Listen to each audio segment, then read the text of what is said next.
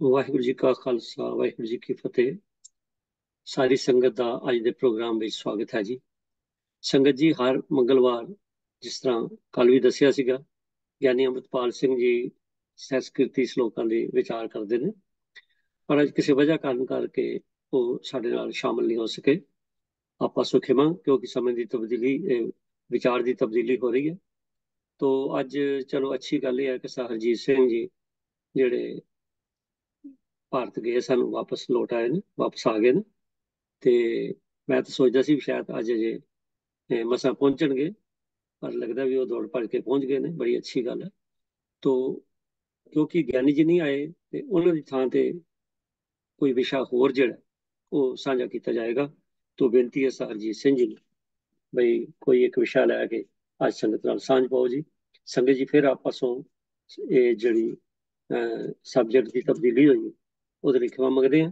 ਤੋ ਸਰਜੀਤ ਸਿੰਘ ਜੀ ਬੇਨਤੀ ਕਰੋ ਜੀ, ਸ਼ੁਰੂ ਕਰੋ ਜੀ। ਵਾਹਿਗੁਰੂ ਜੀ ਕਾ ਖਾਲਸਾ ਵਾਹਿਗੁਰੂ ਜੀ ਕੀ ਫਤਿਹ। ਇੱਕ ਓੰਕਾਰ ਸਤਨਾਮ ਕਰਤਾ ਪੁਰਖ ਨਿਰਭਉ ਨਿਰਵੈਰ ਅਕਾਲ ਮੂਰਤ ਅਜੂਨੀ ਸਹਿਬੰ ਗੁਰ ਪ੍ਰਸਾਦ। ਵਾਹਿਗੁਰੂ ਵਾਹਿਗੁਰੂ ਵਾਹਿਗੁਰੂ ਵਾਹਿਗੁਰੂ। ਵਾਹਿਗੁਰੂ ਜੀ ਕਾ ਖਾਲਸਾ ਵਾਹਿਗੁਰੂ ਜੀ ਕੀ ਫਤਿਹ। ਸਨਮਾਨਯੋਗ ਗੁਰੂ ਸਵਾਰਿਓ, ਅੱਜ ਅਸੀਂ ਗੁਰੂ ਤੇਗ ਬਹਾਦਰ ਸਾਹਿਬ ਮਹਾਰਾਜ ਦੇ ਇਹ ਸ਼ਹਾਦਤ ਹਫ਼ਤਾ ਚੱਲ ਰਹੇ ਹਨ। ਕੁਝ ਵਿਚਾਰਾਂ ਉਸ ਸੰਬੰਧ ਚ ਕਰਾਂਗਾ। ਅਸਲ ਵਿੱਚ ਗੁਰੂ ਤੇਗ ਬਹਾਦਰ ਸਾਹਿਬ ਦੀ ਸ਼ਹਾਦਤ ਸੱਚੀ ਸ਼ਹਾਦਤ ਕਿਵੇਂ ਹੈ? ਭਾਰਤ ਦੇਸ਼ ਦੇ ਵਿੱਚ ਇੱਕ ਬੜੀਆਂ ਸਦੀਆਂ ਤੋਂ ਇੱਕ ਭੁਲੇਖਾ ਚੱਲਿਆ ਆਉਂਦਾ ਹੈ।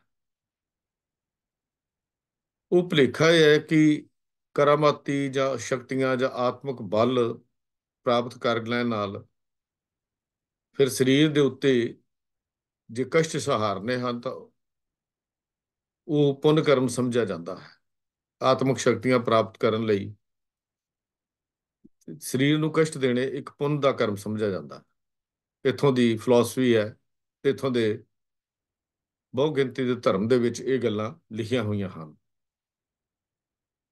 ਬਹੁਤ ਸਾਰੇ ਲੋਕ ਇਸ ਫਿਲਾਸਫੀ ਨੂੰ ਸਮਝਣ ਦੇ ਲਈ ਜਾਂ ਨਾ ਸਮਝਦੇ ਹੋਏ ਦੂਜੇ ਲਫ਼ਜ਼ਾਂ 'ਚ ਇਹ ਗੱਲ ਕਰਨ ਵਾ, ਕਈ ਤਰ੍ਹਾਂ ਦੇ ਕਰਮ ਕਰਦੇ ਹਨ। ਕੋਈ ਵਰਤ ਰੱਖਦਾ, ਅਨੇਕਾਂ ਸਾਧੂ ਧੂਣੀਆਂ ਧਾਉਂਦੇ, ਆਪਣੇ ਸਰੀਰ ਨੂੰ ਸਾੜਦੇ, ਕਸ਼ਟ ਕਰਦੇ, ਤਪ ਕਰਦੇ, ਪੁੱਠੇ ਹੋ ਲਟਕਦੇ, ਇਹੋ ਜਿਹੀਆਂ ਚੀਜ਼ਾਂ ਆਮ ਕਰਦੇ ਇਸ ਦੇਖੇ ਜਾਂਦੇ ਹਨ। ਧਰਮ ਦੀ ਦੁਨੀਆ ਵਿੱਚ ਅੱਜ ਵੀ ਚੱਲਦਾ ਹੈ। ਪਰ ਗੁਰੂ ਗ੍ਰੰਥ ਸਾਹਿਬ ਜੀ ਦੀ ਬਾਣੀ ਨੇ ਆਤਮਿਕ ਜੀਵਨ ਦੇ ਰਸਤੇ ਵਿੱਚ ਇਹਨਾਂ ਚੀਜ਼ਾਂ ਨੂੰ, ਸਰੀਰਕ ਕਸ਼ਟਾਂ ਨੂੰ ਇੱਕ ਰੁਕਾਵਟ ਮੰਨਿਆ ਹੈ ਜਾਂ ਫਜ਼ੂਲ ਮੰਨਿਆ ਹੈ। ਲਫ਼ਜ਼ ਫਜ਼ੂਲ ਜ਼ਿਆਦਾ ਢੁਕਦਾ ਹੈ ਰੁਕਾਵਟ ਨਾਲੋਂ, ਤਾਂ ਇਹਨਾਂ ਨੇ ਇਹਨੂੰ ਫਜ਼ੂਲ ਕਰਮ ਮੰਨਿਆ ਹੈ। ਸੋਠ ਰਾਗ ਵਿੱਚ ਸਤਿਗੁਰੂ ਗੁਰੂ ਅਰਜਨ ਦੇਵ ਮਹਾਰਾਜ ਦਾ ਇੱਕ ਬੜਾ ਲੰਬੇਰਾ ਸ਼ਬਦ ਹੈ, ਉਹਦੇ ਵਿੱਚ ਇਹਨਾਂ ਚੀਜ਼ਾਂ ਦਾ ਬਿਆਨ ਕੀਤਾ ਗਿਆ। ਸਤਿਗੁਰੂ ਜੀ ਉਹਦੇ ਚ ਕਹਿੰਦੇ ਨੇ, ਪਾਠ ਪੜਿਓ ਔਰ ਵੇਦ ਵਿਚਾਰਿਓ, ਨਿਵਲ ਭਿਉੰਗਮ ਸਾਧੇ, ਪੰਚ ਜਨਾ ਸਿਓ ਸੰਗ ਨਾ ਛੁਟਕਿਓ, ਅਦਕ ਅਹੰਗ ਬੁੱਧ ਬਾਂਧੇ, ਪਿਆਰੇ ਇਨ ਬਿਦ ਮਿਲ ਨਾ ਜਾਈ, ਮੈਂ ਕੀਏ ਕਰਮ ਅਨੇਕਾਂ, ਹਾਰ ਪਰਿਓ ਸੁਆਮੀ ਕੈ ਦੁਆਰੇ, ਦੀਜੈ ਬੁੱਧ ਵਿਵੇਕਾ। ਰਹਾਓ, ਇਹ ਰਹਾਓ ਦਾ ਅੰਕ ਹੈ, ਪਿਆਰੇ ਇਹਨੇ ਬਿਦ ਮਿਲ ਨਾ ਜਾਈ। ਇਸ ਦਾ ਮਤਲਬ ਇਹ ਹੋਇਆ ਵੀ ਇਸ ਦੇ ਵਿੱਚ ਜਿੰਨੇ ਕਰਮ ਹਨ, ਪਾਠ ਪੜਿਓ, ਪਾਠ ਪੜਨਾ, ਧਾਰਮਿਕ ਗ੍ਰੰਥਾਂ ਦੀ ਵਿਚਾਰ ਕਰਨੀ, ਨਿਉਲੀ ਕਰਮ ਕਰਨੇ। ਕੀ ਪਾਠ ਕਰਨਾ ਗਲਤ ਸੀ? ਨਹੀਂ, ਪਾਠ ਕਰਨਾ ਗਲਤ ਨਹੀਂ ਸੀ, ਪਾਠ ਦੇ ਪਿੱਛੇ ਭਾਵਨਾ ਗਲਤ ਸੀ। ਤਪੱਸਿਆ ਤੇ ਆਲਮਿਕ ਸ਼ਕਤੀਆਂ ਪ੍ਰਾਪਤ ਕਰਨ ਦੀ ਭਾਵਨਾ ਨਾਲ ਕੀਤੇ ਹੋਏ ਇਹ ਪਾਠ ਪ੍ਰਵਾਨ ਨਹੀਂ ਹੁੰਦੇ। ਗੁਰੂ ਸਾਹਿਬ ਜੀ ਨੇ ਕਿਹਾ, ਪਿਆਰੇ ਇਨ ਬਿਦ ਮਿਲਨ ਨਾ ਜਾਈ, ਮੈਂ ਕੀਏ ਕਰਮ ਅਨੇਕਾਂ। ਤਾਂ ਫਿਰ ਅਗਲੀ ਗੱਲ ਚ, ਅਗਲੀ ਪੰਕਤੀ 'ਚ ਸਤਿਗੁਰੂ ਜੀ ਨੇ ਕੀਤਾ ਇਹ ਮਾਰਗ ਦੱਸਿਆ, ਹਾਰ ਪਰਿਓ ਸੁਆਮੀ ਕੈ ਦੁਆਰੇ, ਦੀਜੈ ਬੁੱਧ ਵਿਵੇਕਾਂ। ਇਹਦਾ ਮਤਲਬ ਵਿਵੇਕ ਬੁੱਧੀ ਦੀ ਮੰਗ ਗੁਰੂ ਪਾਤਸ਼ਾਹ ਨੇ ਕੀਤੀ। ਚੰਗਾ ਕੀ ਹੈ, ਮਾੜਾ ਕੀ ਹੈ, ਇਹ ਗੱਲ ਸਮਝਣ ਦੇ ਲਈ ਗੁਰੂ ਪਾਤਸ਼ਾਹ ਨੇ ਪਰਮਾਤਮਾ ਦੇ ਨਾਲ ਇਹ ਮੰਗ ਰੱਖੀ। ਇਹ ਸ਼ਬਦ ਦੇ ਵਿੱਚ ਜਿਹੜਾ ਸੋਠ ਰਾਗ ਦਾ ਸ਼ਬਦ ਹੈ। ਅੱਗੇ ਸਾਰੇ ਹੋਰ ਬਹੁਤ ਸਾਰੇ ਕਰਮ ਹਨ। ਮੌਨ ਭਿਓ, ਕਰ ਪਾਤੀ ਰਿਹੋ, ਨਗਨ ਫਿਰਿਓ ਮਨ ਮਾਹੀ, ਤਟ ਤੀਰਥ ਸਭ ਧਰਤੀ ਭ੍ਰਮਿਓ, ਦੁਬਦਾ ਛੁਟਕੈ ਨਾਹੀ। ਇਹ ਸਾਰੇ ਕਰਮ ਹਨ ਤਾਤਮਿਕ ਸ਼ਕਤੀਆਂ ਦੇ ਪ੍ਰਾਪਤੀ ਦੇ ਲਈ। ਫਿਰ ਮਨ ਕਾਮਨਾ ਤੀਰਥ ਜਾਇ ਬਸਿਓ, ਸਿਰ ਕਰਵਤ ਧਰਾਏ, ਮਨ ਕੀ ਮੈਲ ਨਾ ਉਤਰੇ, ਇਹ ਬਿਦ ਜੇ ਲਖ ਯਤਨ ਕਰਾਏ। ਹੁਣ ਇਹ ਸਾਰੇ ਕਰਮ ਹਨ। ਆਪ ਵੀ ਆਪਣੇ ਦਿਮਾਗ ਵਿੱਚ ਕਰਮਾਂ ਦਾ ਇੱਕ ਨਕਸ਼ਾ ਜਿਹਾ ਖਿੱਚ ਕੇ ਦੇਖੋ। ਤੀਰਥਾਂ ਤੇ ਜਾ ਕੇ ਵਸਣਾ, ਮਨ ਦੇ ਵਿੱਚ ਕਾਮਨਾਵਾਂ ਇੱਛਾ ਰੱਖਣੀਆਂ, ਆਰੇ ਤੀਰਥਾਂ ਤੇ ਜਾ ਕੇ ਆਪਣੇ ਸਰੀਰ ਨੂੰ ਆਰੇ ਨਾਲ ਚਰਾ ਦੇਣਾ, ਇਸ ਕੰਮ ਦੇ ਲਈ, ਮੁਕਤੀ ਦੇ ਲਈ ਸਤਿਗੁਰੂ ਜੀ ਵੀ ਕਹਿ ਦਿੱਤਾ, ਮਨ ਕੀ ਮੈਲ ਨਾ ਉਤਰੇ, ਇਹ ਬਿਦ ਜੇ ਲਖ ਯਤਨ ਕਰਾਏ। ਇਹਦੇ ਨਾਲ ਵੀ ਮਨ ਦਾ ਮੈਲ ਨਾ ਉਤਰਦੀ। ਹੈ ਤਾਂ ਕੁਰਬਾਨ ਮਰਨਾ ਹੀ ਸੀ ਨਾ, ਆਰੇ ਨਾਲ ਦਰਦ ਨੂੰ ਸਹਾਰਨਾ। ਫਿਰ ਅੱਗੇ ਕਨਕ ਕਾਮਨੀ ਹੈਵਰ ਗੈਵਰ, ਬਹੁ ਵਿਦਾਨ ਦਾ ਤਾਰਾ, ਅਨ ਬਸਤਰ ਭੂਮ ਬੋ ਅਰਪੇ, ਨਹ ਮਿਲੀਏ ਹਰ ਦੁਆਰਾ, ਪੂਜਾ ਅਰਚਾ ਬੰਧਨ ਡੰਡੌਤ, ਖਟ ਕਰਮਾ ਰਤ ਰਹਿਤਾ, ਹੋਂ ਹੋਂ ਕਰਤ ਬੰਧਨ ਮੈਂ ਪਰਿਆ, ਨਾ ਮਿਲੀਏ ਇਹ ਜੁਗਤਾ। ਵੱਡੀ ਆਰਜਾ ਕਰਨੀਆਂ, ਵੱਡੀ ਆਰਜਾ ਫਿਰ ਜਨਮੇ, ਹਰਸਿਓ ਸੰਗ ਨਾ ਗੇਹਾ, ਰਾਜ ਲੀਲਾ ਰਾਜਨ ਕੀ ਰਚਨਾ, ਅੱਗੇ ਕਰਿਆ ਹੁਕਮ ਫਾਰਾ ਆ ਗਿਆ। ਫਿਰ ਜੋਗ ਪਹਿਲਾਂ ਇੱਕ ਪੰਕਤੀ ਵਿੱਚੋਂ ਰਹਿ ਗਈ ਹੈ, ਜੋਗੀਆਂ ਦੀ। ਜੋਗ ਸਿੱਧ ਆਸਣ 84 ਇਹ ਵੀ ਕਰ ਰਿਹਾ ਆਲਾ। 84 ਤਰ੍ਹਾਂ ਦੇ ਸਾਧਨ ਕਰਨੇ, ਜੋਗ ਮਤ ਦੀ ਗੱਲ ਕਰਨੀ, ਇਹ ਉਹਨਾਂ ਦਾ ਸਿਧਾਂਤ ਹੈ। ਸਤਿਗੁਰੂ ਨੇ ਕੋਈ ਗੱਲ ਛੱਡੀ ਜਾਪਦੀ ਨਹੀਂ ਹੈ। ਸੇਜ ਸੋਹਣੀ ਚੰਦਨ ਚੋਆ, ਨਰਕ ਘੋਰ ਕਾ ਦੁਆਰਾ, ਫਿਰ ਅੱਗੇ ਹਰ ਕੀਰਤ ਸਾਧ ਸੰਗਤ ਹੈ, ਸਿਰ ਕਰਮਾ ਕਿਆ ਕਰਮਾ। ਇਹ ਅਸਲੀ ਗੱਲ ਹੁਣ ਗੁਰੂ ਪਾਤਸ਼ਾਹ ਜੀ ਨੇ ਦੱਸੀ। ਕਹੋ ਨਾਨਕ ਤਿਸ ਭਿਓ ਪ੍ਰਾਪਤ, ਜਿਸ ਪੁਰਬ ਲਿਖੇ ਕਾ ਲੈਣ। ਦੂਜਾ ਰਹਾਉ ਦਾ ਅੰਕ ਫਿਰ ਅੱਗੇ ਜਾ ਕੇ ਲਿਖਿਆ ਸ਼ਬਦ ਦੇ ਵਿੱਚ, ਤੇਰੋ ਸੇਵਕ ਇਹ ਰੰਗ ਮਾਤਾ, ਇਹ ਹੈ ਕਰਮ। ਇਹ ਜਿਹੜਾ ਕਰਮ ਹਰ ਕੀਰਤ ਸਾਧ ਸੰਗਤ ਹੈ। ਧਰਮ ਦੀ ਦੁਨੀਆ, ਗੁਰੂ ਨਾਨਕ ਦੀ ਧਰਮ ਦੀ ਦੁਨੀਆ ਦੂਜੀ ਦੁਨੀਆ ਦਾ ਫਰਕ ਹੋ ਗਿਆ। ਦੂਜੀ ਦੁਨੀਆ ਸਰੀਰ ਕਟਵਾਉਣ ਨੂੰ, ਤਪ ਸਾਧਨ ਨੂੰ, ਕਸ਼ਟ ਦੇਣ ਨੂੰ ਧਰਮ ਮੰਨਦੀ ਸੀ। ਪਰ ਗੁਰੂ ਨਾਨਕ ਪਾਤਸ਼ਾਹ ਦੇ ਇਸ ਮਤ ਨੇ ਇੱਕ ਨਵਾਂ ਮਾਰਗ ਰੱਖਿਆ। ਉਹ ਸੀ ਹਰ ਕੀਰਤ ਸਾਧ ਸੰਗਤ ਹੈ, ਸਿਰ ਕਰਮਨ ਕੈ ਕਰਮਾ। ਕਹੋ ਨਾਨਕ ਤਿਸ ਭਿਓ ਪ੍ਰਾਪਤ, ਜਿਸ ਪੁਰਬ ਲਿਖੇ ਕਾ ਲੈਣ। ਫਿਰ ਉਹ ਅਗਲੀ ਗੱਲ ਕਹਿੰਦੇ ਨੇ, ਤੇਰੋ ਸੇਵਕ ਇਹ ਰੰਗ ਮਾਤਾ, ਭਿਓ ਕਿਰਪਾਲ ਦੀਨ ਦੁਖ ਭੰਜਨ, ਹਰ ਹਰ ਕੀਰਤਨ ਇਹ ਮਨ ਰਾਤਾ। ਰਹਾਉ ਦੂਜਾ, ਇਹ ਰਹਾਉ ਦੂਜਾ ਜਵਾਬ ਹੈ ਪਹਿਲਾ। ਫਿਰ ਕੀ ਕਰਨਾ ਚਾਹੀਦਾ? ਪਿਆਰੇ ਇਨ ਬਿਦ ਮਿਲਨ ਨਾ ਜਾਈ ਸੀ, ਤੇ ਸਤਿਗੁਰੂ ਨਾਲ ਮਿਲੇਗਾ ਕਿਵੇਂ ਪਿਆਰਾ? ਤਾਂ ਉਹ ਗੱਲ ਕੀਤੀ, ਹਰ ਕੀਰਤ ਸਾਧ ਸੰਗਤ ਹੈ। ਇਹ ਸਤਿਗੁਰੂ ਨੇ ਮਿਲਣ ਦਾ ਸਿਧਾਂਤ ਦੱਸਿਆ ਰੱਬ ਨੂੰ। ਇੱਕ ਹੋਰ ਉਦਾਹਰਨ ਗੁਰਬਾਣੀ ਦੇ ਵਿੱਚ ਸਰੀਰ ਕੁਰਬਾਨ ਕਰਨ ਦੀ ਜਿਹੜੀ ਆਉਂਦੀ ਹੈ, ਉਹ ਆਪ ਜੀ ਨਾਲ ਸਾਂਝੀ ਕਰਕੇ ਮੈਂ ਅਗਲੇ ਵਿਚਾਰਾਂ ਵੱਲ ਚੱਲਦਾ। ਭਗਤ ਨਾਮਦੇਵ ਜੀ ਦੀ। ਭਗਤ ਨਾਮਦੇਵ ਜੀ ਨੇ ਵੀ ਇਹ ਗੱਲ, ਇਹੋ ਹੀ ਗੱਲ ਦੀ ਦ੍ਰਿੜਤਾ ਪਹਿਲਾਂ ਕੀਤੀ ਆਪਣੇ ਸ਼ਬਦ ਵਿੱਚ, ਕਿ ਮਨੁੱਖ ਕਈ ਤਪ ਸਾਧਨਾ ਕਰਦਾ ਹੈ, ਭਾਵੇਂ ਕਰਦਾ ਰਹੇ, ਪੁੱਠਾ ਲਟਕਿਆ ਰਹੇ, ਕਈ ਤਰ੍ਹਾਂ ਦੇ ਜਗ ਹੋਮ ਜਗ ਤੀਰਥ ਕਰੇ, ਸੋਨਾ ਆਪਣਾ ਦਾਨ ਦੇ, ਆਪਣੇ ਬਰਾਬਰ ਦਾ ਸੋਨਾ ਤੋਲ ਕੇ ਦਾਨ ਦੇ ਦੇਵੇ, ਤੀਰਥਾਂ ਦੇ ਇਸ਼ਨਾਨ ਜਾ ਕੇ ਕਰੇ, ਹਜ਼ਾਰਾਂ ਗਾਵਾਂ, ਜਿਹਨੂੰ ਪੁੰਨ ਕਰਮ ਮੰਨਿਆ ਜਾਂਦਾ ਸੀ, ਹਜ਼ਾਰਾਂ ਗਾਵਾਂ ਦੇ ਦਾਨ ਦੇ ਦੇਵੇ, ਹਿਮਾਲੇ ਵਰਗੇ ਪਰਬਤ ਦੀ ਬਰਫ਼ ਦੇ ਵਿੱਚ ਜਾ ਕੇ ਸਰੀਰ ਨੂੰ ਹੀ ਗਾਲ ਦੇਵੇ, ਜਾਂ ਹੋਰ ਅਵਤਾਰਾਂ ਦੀ ਪੂਜਾ ਕਰੇ, ਪਰ ਆਤਮਿਕ ਜੀਵਨ ਦੇ ਰਸਤੇ ਵਿੱਚ ਇਹ ਸਾਰੇ ਕਰਮ ਭਗਤ ਨਾਮਦੇਵ ਜੀ ਨੇ ਪਖੰਡ ਮੰਨੇ। ਇਹ ਸ਼ਬਦ ਦੀ ਵਿਚਾਰ ਅਸੀਂ ਕੀਤੀ ਵੀ ਹੈ ਜਦੋਂ ਭਗਤ ਬਾਣੀ ਦੇ ਸ਼ਬਦਾਂ ਦੀ ਵਿਚਾਰ ਹੋਈ ਸੀ। ਬਨਾਰਸੀ ਤਪ ਕਰੈ ਉਲਟ ਤੀਰਥ ਮਰੈ, ਅਗਨ ਦਹੇ ਕਾਇਆ ਕਲਪ ਕੀਜੈ, ਅਸਮੇਧ ਜਗ ਕੀਜੈ ਸੋਨਾ ਗਰਭ ਦਾਨ ਦੀਜੈ, ਰਾਮ ਨਾਮ ਸਰ ਤਉ ਨ ਪੂਜੇ। ਤੇ ਰਹਾਉ ਦੀ ਪੰਕਤੀ ਸੀ, ਛੂੜ ਛੂੜ ਰੇ ਪਾਖੰਡੀ ਮਨ, ਕਪਟ ਨਾ ਕੀਜੈ, ਹਰ ਕਾ ਨਾਮ ਨਿਤ ਨਿਤੈ ਲੀਜੈ। ਇਹ ਰਹਾਉ ਦੀ ਪੰਕਤੀ ਹੈ ਇਸ ਸ਼ਬਦ ਦੀ। ਤੋ ਰਹਾਉ ਦੀ ਪੰਕਤੀ ਦੇ ਵਿੱਚ ਸਾਰੇ ਸਿਧਾਂਤ ਦਿੱਤੇ। ਇਸ ਤੋਂ ਅੱਗੇ ਫਿਰ ਜੋ ਬੜੀਆਂ ਗੱਲਾਂ ਹੋਰ ਕੀਤੀਆਂ, ਗੰਗਾ ਨਹਾਉਣ ਦੀ ਗੱਲ ਕੀਤੀ, ਗੰਗਾ ਜੋ ਗਦਾਵਰ ਜਾਈਏ, ਕੁੰਭ ਜੋ ਕੇਦਾਰ ਨਹਾਈਏ, ਗੋਮਤੀ ਸਹਿਸ ਗਊ ਦਾਨ ਦੀਜੈ, ਕੋੜ ਜੋ ਤੀਰਥ ਕਰੇ, ਤਨ ਜੋ ਹਿਵਾਲੇ ਗਾਰੇ, ਬਿਤ ਆਪਣੇ ਤਨ ਨੂੰ ਹਿਮਾਲਾ ਦੀ ਬਰਫਾਂ 'ਚ ਜਾ ਕੇ ਗਾਰ ਸੁੱਟੇ, ਰਾਮ ਨਾਮ ਸਭ ਤਉ ਨਾ ਪੂਜੈ। ਪਰਮਾਤਮਾ ਦੇ ਨਾਮ ਦੀ ਇਹ ਚੀਜ਼ਾਂ ਬਰਾਬਰੀ ਨਹੀਂ ਕਰ ਸਕਦੀਆਂ, ਨਾ ਹੀ ਰਾਮ ਨੂੰ ਮਿਲ ਸਕਦਾ, ਨਾ ਹੀ ਰੱਬ ਨਾਮ ਏਦਾਂ ਮਿਲਣਾ ਹੈ। ਇਹ ਛੋੜ ਛੋੜ ਰਹੇ ਪਖੰਡੀ ਮਨ, ਕਪਟ ਨਾ ਕੀਜੇ ਦੀ ਸਾਰੀ ਕਹਾਣੀ ਇਹਦੇ ਹੀ ਦੱਸੀ। ਹੁਣ ਗੁਰਮਤ ਇਹ ਗੱਲ ਸਮਝਾਉਂਦੀ ਹੈ, ਗੁਰਮਤ ਦੀ ਫਿਲਾਸਫੀ ਜਾਂ ਗੁਰੂ ਨਾਨਕ ਸਾਹਿਬ ਦੀ ਫਿਲਾਸਫੀ ਗੱਲ ਸਮਝਾਉਂਦੀ ਹੈ ਕਿ ਜੇ ਮਨ ਵਿੱਚ ਪਿਆਰ ਨਹੀਂ ਪੈਦਾ ਹੋਇਆ, ਸ਼ਬਦਾਂ ਦੀ ਗੱਲ ਆਪਾਂ ਕੀਤੀ, ਤਾਂ ਜੇ ਸਾਨੂੰ ਮਨ 'ਚ ਪਿਆਰ ਪੈਦਾ ਨਹੀਂ ਹੋਇਆ, ਜੇ ਸਾਡੇ ਅੰਦਰੋਂ ਹੋਂ ਜਾਂ ਹਉਮੈ ਦਾ ਰੋਗ ਦੂਰ ਨਹੀਂ ਹੋਇਆ, ਜੇ ਸਾਡੇ ਅੰਦਰ ਅਜੇ ਮੈਂ ਮੇਰੀ ਨਹੀਂ ਮੁੱਕੀ, ਜੇ ਸਾਡੇ ਅੰਦਰ ਮਨੁੱਖਤਾ ਨਾਲ ਪਿਆਰ ਨਹੀਂ ਬਣਿਆ, ਜੇ ਸਾਡੇ ਅੰਦਰ ਹਾਲੇ ਕਿਸੇ ਦੀ ਦਰਦ ਪੀੜਾ ਦੇਖ ਕੇ ਹਮਦਰਦੀ ਨਹੀਂ ਜਾਗੀ, ਤਾਂ ਫਿਰ ਇਹ ਸਾਰੇ ਕੰਮ ਜਿਹੜੇ ਹਨ ਇਹ ਨਿਸਫਲ ਹਨ, ਇਹਨਾਂ ਦੀ ਕੋਈ ਵੈਲਿਊ ਨਹੀਂ, ਬੇਕਾਰ ਹਨ।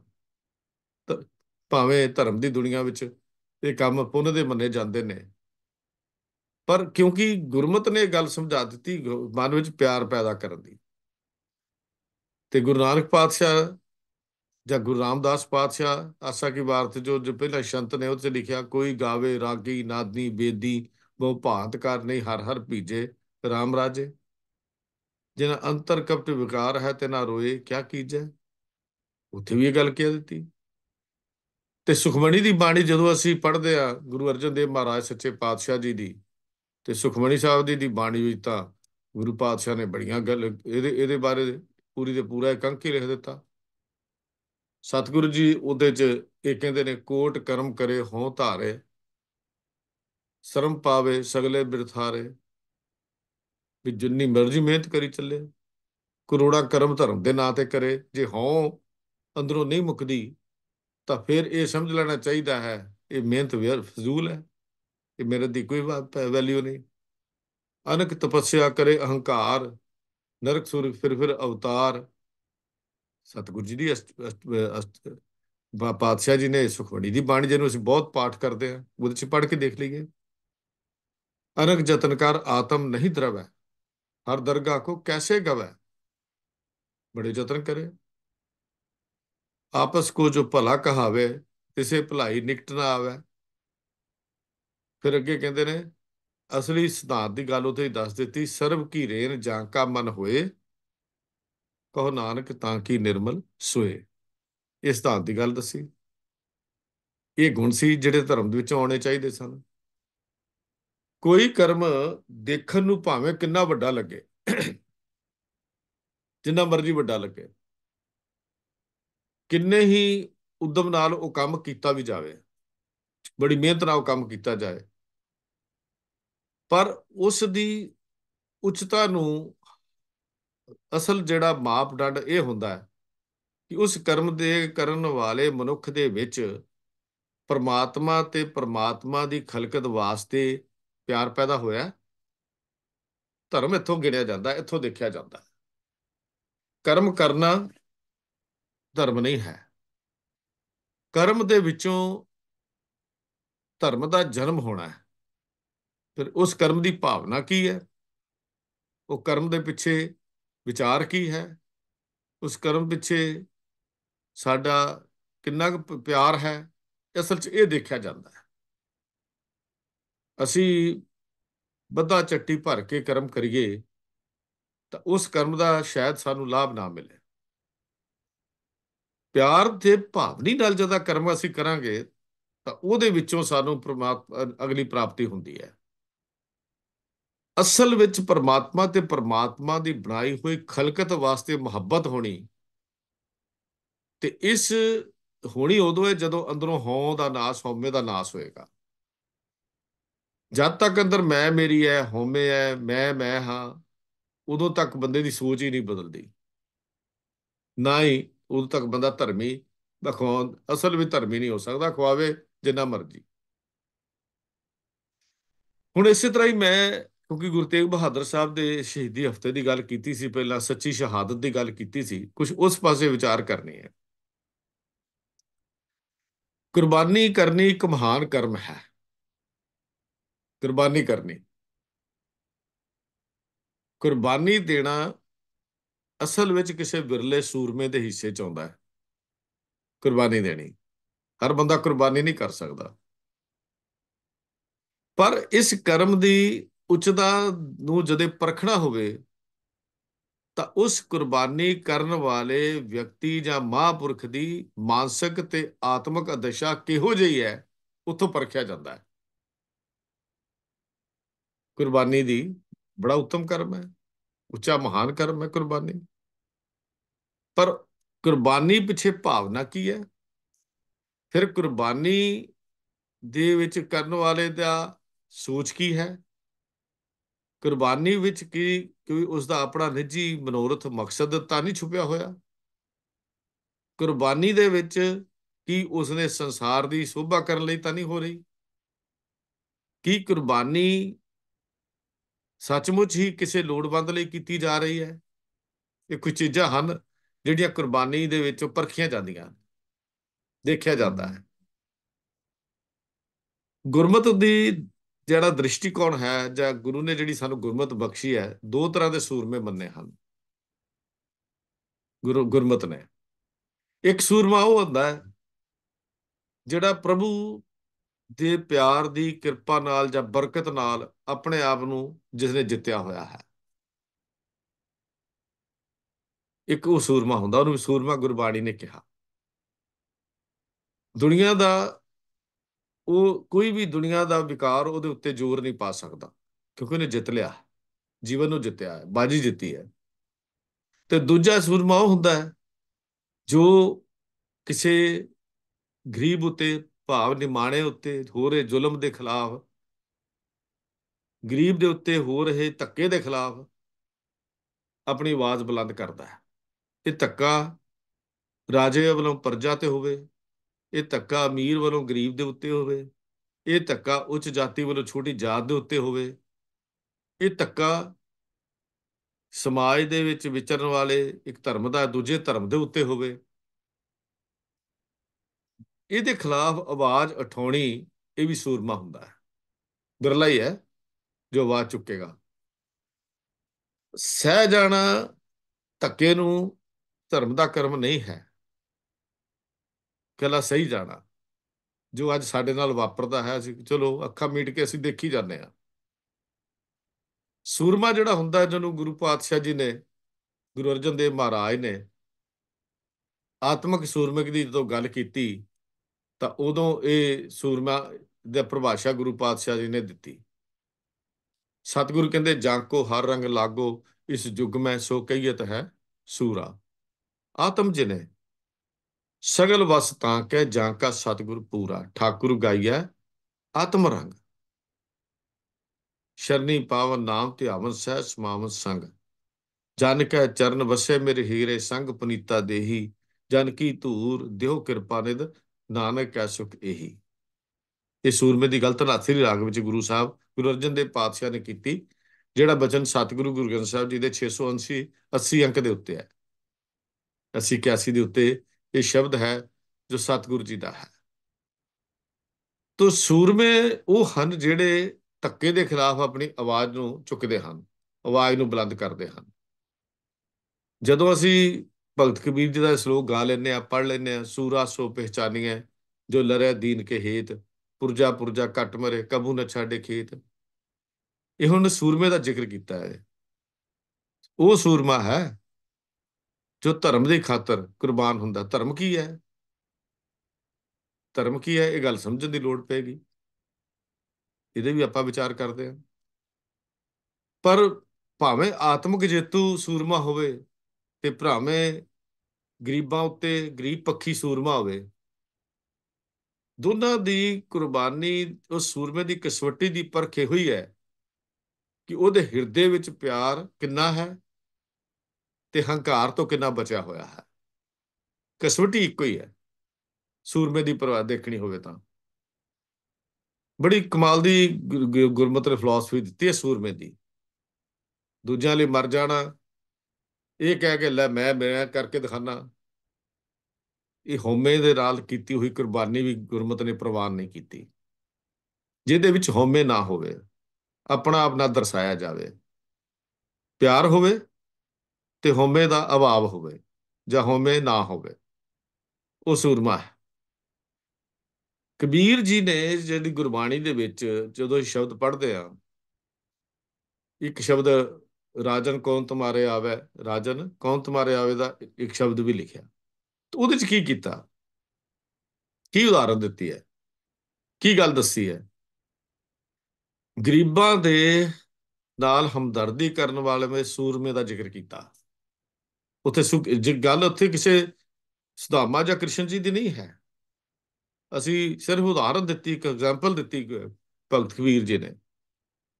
ਕ੍ਰਿਸ਼ਨ ਜੀ ਦੀ ਉਦਾਹਰਨ, ਸੁਦਾਮੇ ਦੀ ਉਦਾਹਰਨ ਦੇ ਕੇ ਉੱਥੇ ਗੱਲ ਇਹ ਨਹੀਂ ਸੀ ਵੀ ਇਹ ਕੌਣ ਵੱਡਾ ਸੀ ਜਾਂ ਛੋਟਾ, ਗੱਲ ਕੁਛ ਨਹੀਂ ਸੀ। ਗੱਲ ਸਮਝਾਣੀ ਕੀ ਸੀ ਵੀ ਆਤਮਿਕ ਤੌਰ ਤੇ ਜੇਤੂ ਸੂਰਮਾ ਕੌਣ ਹੁੰਦਾ ਹੈ। ਅਸਲ ਗੱਲ ਇਹ ਹੈ, ਉਹਨਾਂ ਨੇ ਭਗਤ ਕਬੀਰ ਜੀ ਨੇ ਜਿਹੜਾ ਇਸ ਸ਼ਬਦ ਦੇ ਵਿੱਚ ਕਬੀਰ ਜੀ ਦਾ, ਕਿਉਂਕਿ ਜੋ ਕਹਾਣੀ ਸੀ ਜਾਂ ਉਸ ਵੇਲੇ ਚੱਲਦੀ ਪ੍ਰਚਲਿਤ ਸੀ, ਉਸ ਕਾਰਨਾਮੇ ਨੂੰ ਸਾਹਮਣੇ ਰੱਖਿਆ। ਜਦੋਂ ਕ੍ਰਿਸ਼ਨ ਜੀ ਹਸਤਿਨਾਪੁਰ ਗਏ ਨੇ ਤਾਂ ਉੱਥੇ ਕੌਰਵਾਂ ਦੇ ਰਾਜ ਵਿੱਚ ਮਹਿਲਾਂ ਦੀ ਥਾਂ ਤੇ ਇੱਕ ਗਰੀਬ ਬਿਦਰ ਦੇ ਘਰ ਚਲੇ ਗਏ। ਕੌਰਵਾਂ ਦੇ ਗਿਲਾ ਕੀਤਾ ਤਾਂ ਉਹ ਉੱਤਰ ਜੋ ਦਿੱਤਾ ਉਹ ਸ਼ਬਦਾਂ ਦੇ ਵਿੱਚ ਭਗਤ ਕਬੀਰ ਜੀ ਨੇ ਜ਼ਿਕਰ ਕਰ ਦਿੱਤਾ, ਰਾਜਨ ਕੌਣ ਤੁਮਾਰੇ ਆਵੇ, ਐਸੇ ਭਾਵ ਬਿਦਰ ਕੋ ਦੇਖੋ ਉਹ ਗਰੀਬ ਮੋਹਿ ਭਾਵੇ। ਹੁਣ ਇੱਥੇ ਉਹਦਾ ਇੱਕ ਐਗਜ਼ਾਮਪਲ ਹੈ, ਉਦਾਹਰਨ ਹੈ, ਉਦਾਹਰਨ ਦੇ ਤੌਰ ਤੇ ਜ਼ਿਕਰ ਕਰ ਦਿੱਤਾ। ਭਗਤ ਕਬੀਰ ਜੀ ਨੇ ਜਿਹੜਾ ਸ਼ਬਦ ਲਿਖਿਆ, ਉਦਾਹਰਨ ਦੇ ਤੌਰ ਤੇ ਸਾਰਾ ਜ਼ਿਕਰ ਕੀਤਾ ਗਿਆ। ਹਸਤੀ ਦੇਖ ਭਰਮ ਤੇ ਭੂਲਾ, ਸ਼੍ਰੀ ਭਗਵਾਨ ਨਾ ਜਾਣਿਆ। ਉਹ ਅਗਲੀਆਂ ਪੰਕਤੀਆਂ ਹਨ, ਤੁਮਰੋ ਦੂਧ ਬਿਦਰ ਕੋ ਪਾਨੋ, ਅੰਮ੍ਰਿਤ ਕਰ ਮੈਂ ਮਾਨਿਆ। ਭਾਵ ਇੱਥੇ ਗੱਲ ਹੈ ਮਲਕ ਭਾਗੋ ਦੇ 36 ਪ੍ਰਕਾਰ ਦੇ ਭੋਜਨ ਨੂੰ ਛੱਡ ਕੇ ਲਾਲੋ ਦੀ ਕੋਧਰੇ ਦੀ ਰੋਟੀ ਖਾਣੀ। ਇੱਥੇ ਉਹ ਸੀ ਧਰਮ ਦੀ ਕਿਰਤ ਕਰਨ ਵਾਲੇ, ਮੁਹੱਬਤ ਕਰਨ ਵਾਲੇ, ਪਿਆਰ ਦੀ ਗੱਲ ਕਰਨ ਵਾਲੇ, ਉਹਨਾਂ ਦੀ ਕੁਰਬਾਨੀ ਮੰਨੀ ਜਾਂਦੀ ਹੈ।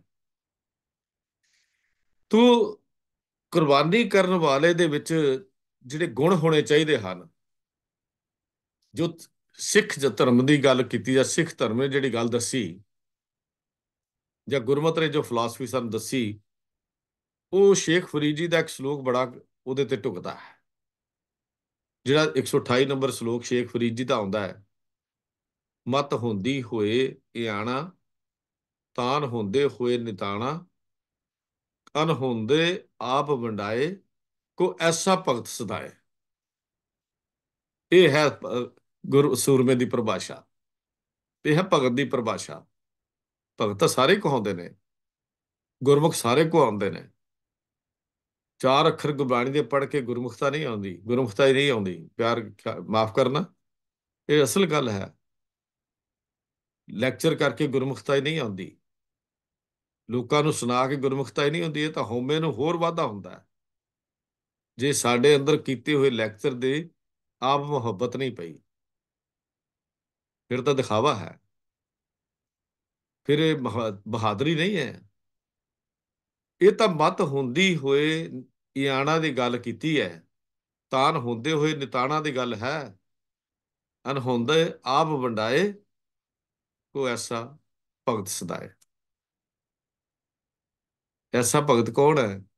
ਉਹ ਨਿਬਨ ਸੁੱਖਰ ਖਬਨ ਗੁਣ, ਜੇਬਾ ਮਣੀਆਂ ਮੰਤ ਵਾਲੀ ਗੱਲ ਹੈ। ਉਹ ਗੁਣ ਆਉਣੇ ਚਾਹੀਦੇ ਨੇ। ਤਾਂ ਕੋਈ ਵੀ ਆਦਮੀ ਕਿਸੇ ਹੋਰ ਉੱਤੇ ਜਦੋਂ ਜ਼ੁਲਮ ਜਾਂ ਧੱਕਾ ਕਰਦਾ ਤੇ ਕਿਸੇ ਤਗੜੇ ਦੇ ਹੱਥੋਂ ਉਹ ਮਾਰਿਆ ਜਾਵੇ ਤਾਂ ਉਹ ਸ਼ਹੀਦ ਨਹੀਂ ਬਣ ਜਾਂਦਾ। ਖਿਆਲ ਕਰਦਾ, ਅੱਜ ਸ਼ਹੀਦ ਦੀ ਪਰਿਭਾਸ਼ਾ ਜਿਹੜੀ ਹੈ ਨਾ, ਅਸੀਂ ਬਦਲ ਦਿੱਤੀ ਹੈ। ਹਰ ਬੰਦਾ ਮਰ ਗਿਆ ਸ਼ਹੀਦ, ਗੱਡੀ ਥੱਲੇ ਆ ਕੇ ਮਰ ਗਿਆ ਉਹ ਵੀ ਸ਼ਹੀਦ, ਫਾਟਕਾਂ ਤੇ ਧਰਨਾ ਦਿੱਤਾ ਉਹ ਵੀ ਸ਼ਹੀਦ। ਪਰ ਕੋਈ ਆਦਮੀ ਕਿਸੇ ਹੋਰ ਉੱਤੇ ਜ਼ੁਲਮ ਕਰਦਾ ਹੋਵੇ, ਧੱਕਾ ਕਰਦਾ ਹੋਵੇ, ਤੇ ਕਿਸੇ ਹੋਰ ਤਗੜੇ ਦੇ ਹੱਥੋਂ ਮਾਰ ਦਿੱਤਾ ਜਾਏ, ਕੋਈ ਆ ਕੇ ਗੋਲੀ ਚਲਾ ਜਾਏ, ਉਹ ਸ਼ਹੀਦ ਨਹੀਂ ਹੁੰਦਾ, ਨਾ ਹੀ ਉਹ ਸ਼ਹੀਦ ਬਣਦਾ।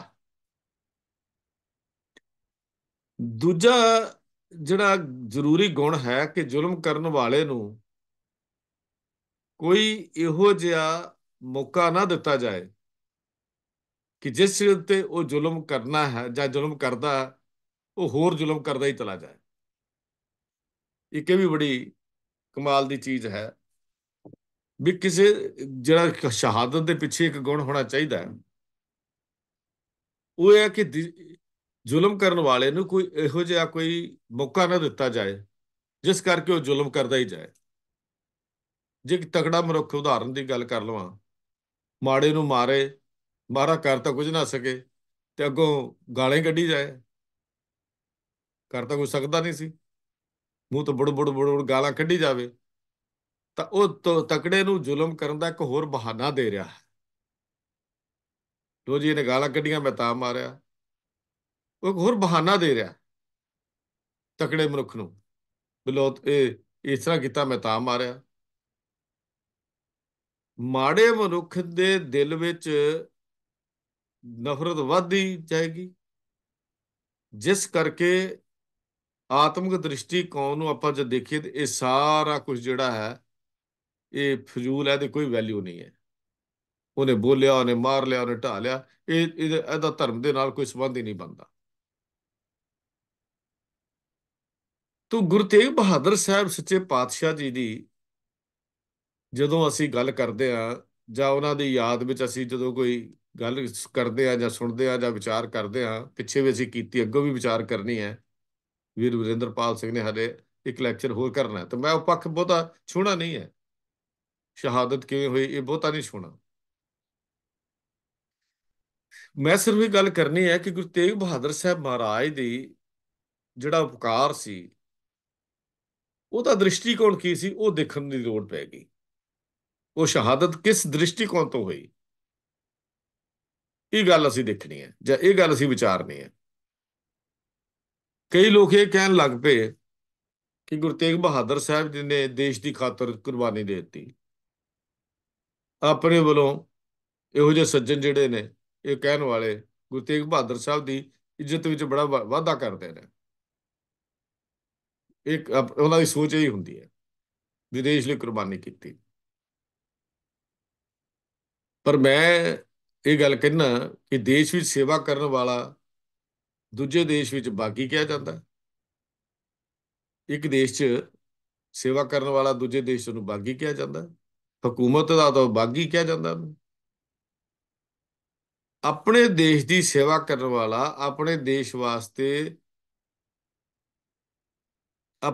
ਵਾਸਤੇ ਸਵੈ ਰਾਜ ਦੀ ਗੱਲ ਕਰੇਗਾ ਤੇ ਸੁਭਾਵਿਕ ਹੈ ਕਿ ਜਿਹੜਾ ਉਹਦਾ ਵਿਰੋਧੀ ਹੈ ਦੇਸ਼ ਹੈ ਉਹ ਨਫ਼ਰਤ ਕਰੇਗਾ। ਇਹ ਤਾਂ ਸੁਭਾਵਿਕ ਗੱਲ ਹੈ, ਨੈਚੁਰਲ ਹੈ। ਤੇ ਜੇ ਨਫ਼ਰਤ ਦਾ ਬੀ ਦਿਲ ਦੇ ਵਿੱਚ ਖੜਾ ਹੋ ਗਿਆ ਜਾਂ ਉੱਗ ਪਿਆ ਤਾਂ ਅਸਲੀ ਦਰਸ਼ ਤੋਂ ਜੋ ਨੀਵਾਂ ਜੀ ਸੀ ਉਹ ਸ਼ਹੀਦ ਨਹੀਂ ਮੰਨਿਆ ਜਾਂਦਾ, ਜਿਹਦੇ ਅੰਦਰ ਨਫ਼ਰਤ ਦਾ ਬੀਜ ਜਿਹੜਾ ਸੀ ਹੋ ਪਿਆ। ਨਫ਼ਰਤ ਦੇ ਬੀਜ ਦਾ ਅੰਦਰ ਉੱਗ ਪੈਣਾ ਵੀ ਸ਼ਹਾਦਤ ਨਹੀਂ ਹੁੰਦੀ।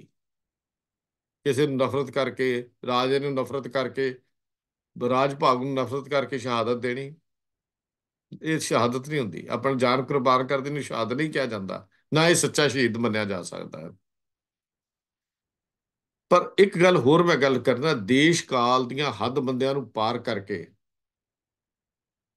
ਇੱਕ ਹੋਰ ਚੀਜ਼ ਹੈ, ਉਹ ਚੀਜ਼ ਕੀ ਹੈ ਜਿਹਦਾ ਨਾਮ ਅਸਲ ਵਿੱਚ ਧਰਮ ਹੈ? ਹੁਣ ਧਰਮ ਕੀ ਹੈ? ਧਰਮ ਵਾਸਤੇ ਸ਼ਹੀਦ ਹੋਣ ਵਾਲੇ ਨੂੰ ਅਸੀਂ ਇਹ ਕਹਿ ਸਕਦੇ ਹਾਂ ਕਿ ਉਸਨੇ ਆਪਣੇ ਦੇਸ਼ ਦੇ ਉੱਤੇ ਉਪਕਾਰ ਤਾਂ ਕੀਤਾ, ਕਿਉਂਕਿ ਧਰਮ ਦਾ ਦਰਜਾ ਸਭ ਤੋਂ ਉੱਪਰ ਮੰਨਿਆ ਜਾਂਦਾ ਹੈ। ਪਰ ਧਰਮ ਹੈ ਕੀ ਚੀਜ਼? ਧਰਮ ਇਹੋ ਹੀ ਹੈ, ਧੱਕੇ ਦੇ ਖਿਲਾਫ ਆਵਾਜ਼ ਨੂੰ ਬੁਲੰਦ ਕਰਨਾ, ਜ਼ੋਰ ਦੇ ਖਿਲਾਫ ਆਵਾਜ਼ ਨੂੰ ਬੁਲੰਦ ਕਰਨਾ। ਧਰਮ ਹੋਰ ਧਰਮ ਕਿਹਨੂੰ ਕਿਹਾ ਜਾਂਦਾ ਹੈ? ਧਰਮ ਇਹ ਚੀਜ਼ ਨੂੰ ਕਿਹਾ ਜਾਂਦਾ ਹੈ। ਤੋ ਧਰਮ ਦੀ ਜਿਹੜੀ ਗੱਲ ਅਸੀਂ ਕਰ ਰਹੇ ਹਾਂ,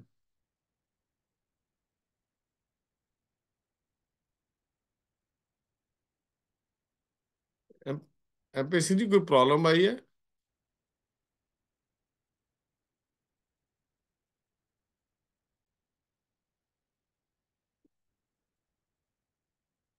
ਮਾਫ ਕਰਨਾ ਜੀ, ਮੈਂ ਉਹ ਕੁਝ ਪ੍ਰੋਬਲਮ ਜੀ ਹੋਈ ਹੈ ਤਾਂ ਮੈਂ ਜ਼ਰੂਰ ਸਵਾਲ ਪੁੱਛਿਆ। ਤੋ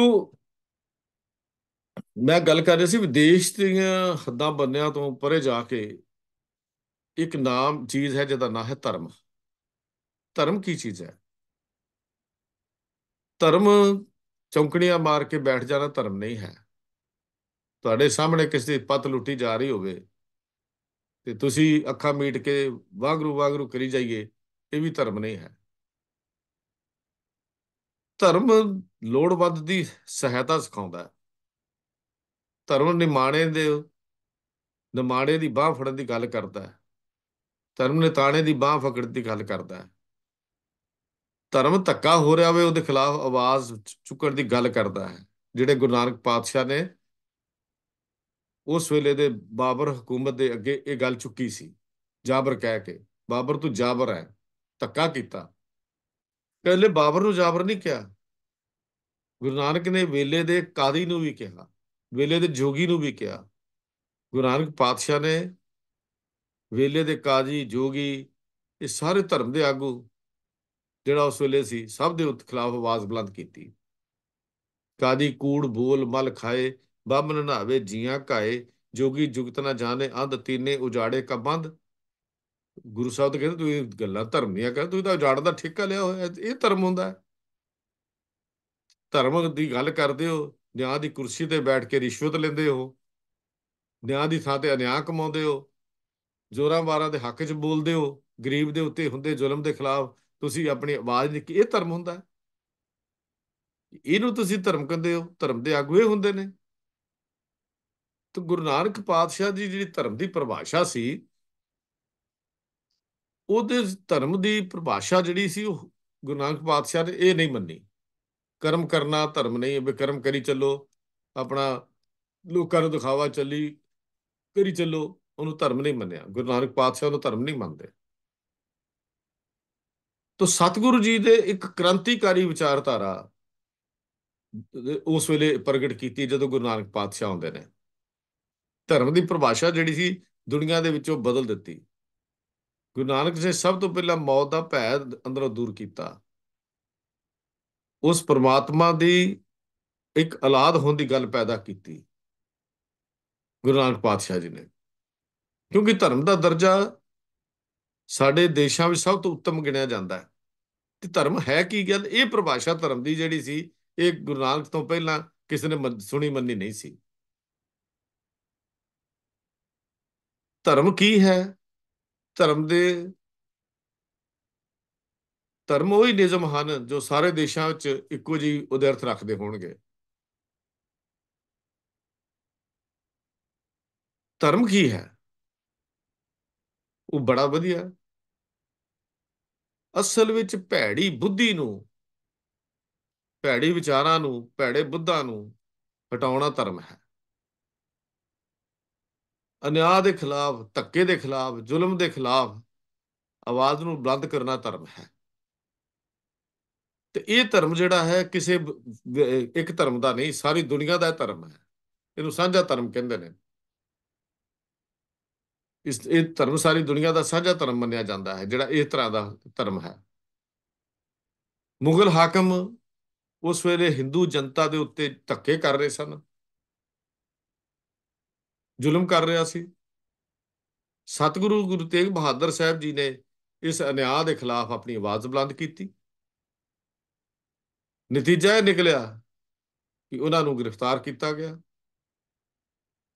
ਹਕੂਮਤ ਦਾ ਕੰਮ ਹੈ, ਉਹਨਾਂ ਪਾਸੋਂ ਪੈਗੰਬਰ ਹੋਣ ਦੇ ਸਬੂਤ ਮੰਗੇ, ਕਈ ਕੁਝ ਮੰਗਿਆ, ਪਰ ਉਹਨਾਂ ਨੇ ਆਪਣੀ ਆਤਮਿਕ ਸ਼ਕਤੀਆਂ ਦਾ ਕੋਈ ਭੇਦ ਦੱਸਣ ਤੋਂ ਇਨਕਾਰ ਕਰਤਾ।